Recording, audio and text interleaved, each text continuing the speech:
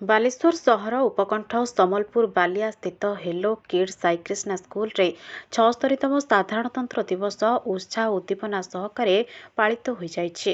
ସ୍କୁଲର ନିର୍ଦ୍ଦେଶକ ଇଞ୍ଜିନିୟର ଜିତେନ୍ଦ୍ର କୁମାର ଦାସଙ୍କ ତତ୍ତ୍ୱାବଧାନରେ ଆୟୋଜିତ ସଭା କାର୍ଯ୍ୟରେ ମୁଖ୍ୟ ଅତିଥି ଭାବେ ବାଲେଶ୍ୱର ପୌରପାଳିକାର ପୂର୍ବତନ ଅଧ୍ୟକ୍ଷା ସୁଜାତା ଦାସ ଯୋଗଦେଇ ପତାକା ଉତ୍ତୋଳନ କରିବା ସହିତ କୁନି କୁନି ଛାତ୍ରଛାତ୍ରୀଙ୍କ ଉଦ୍ଦେଶ୍ୟରେ ବକ୍ତବ୍ୟ ପ୍ରଦାନ କରିଥିଲେ।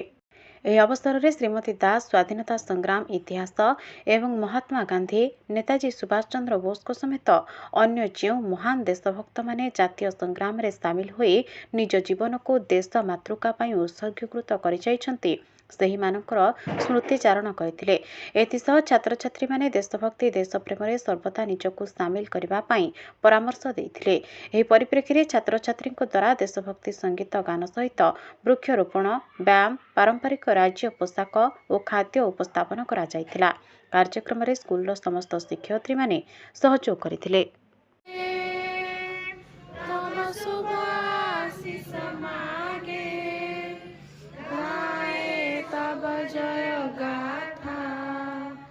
जनगण मंगलदायक जय हे भारत भाग्य विधाता जय हे जय हे जय हे।